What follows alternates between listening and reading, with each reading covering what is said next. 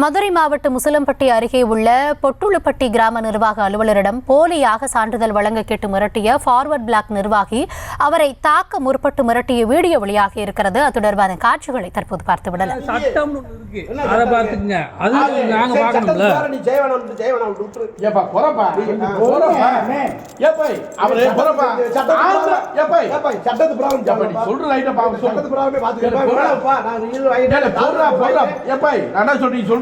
மனசுல வச்சுக்க அடிச்சுடா கேஸ் ஆயிடுங்க தமிழ்நாட்டுல ஒரு சப்பு சப்பு அடிச்சுடா கேஸ் ஆயிடுங்க சரி அடிங்க பாப்பா அடிச்சு பாப்போமா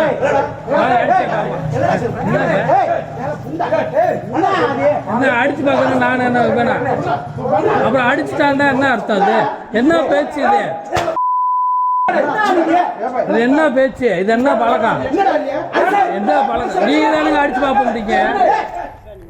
இது குறித்த கூடுதல் விவரங்களுக்காக இணைகிறார் எம்முடைய செய்தியாளர் மாணிக்க வாசகர்.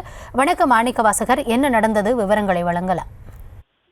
வணக்கம் கௌதமி. அதாவது மதுரை மாவட்டம் முசலம்பட்டி அருகே பொட்டுளுப்பட்டி கிராம நிர்வாக அலுவலராக பணியாற்றி வருவர் கபாஸ்கர். இவரிடம் கர்நாடக மாநிலத்தில் வசித்து வரும் லட்சுமி என்பவரும் பொட்டுளுப்பட்டி கிராம ஊராட்சிக்குட்பட்ட பாப்பம்பட்டியில் வசித்து வரும் புஷ்பம் என்பவரும்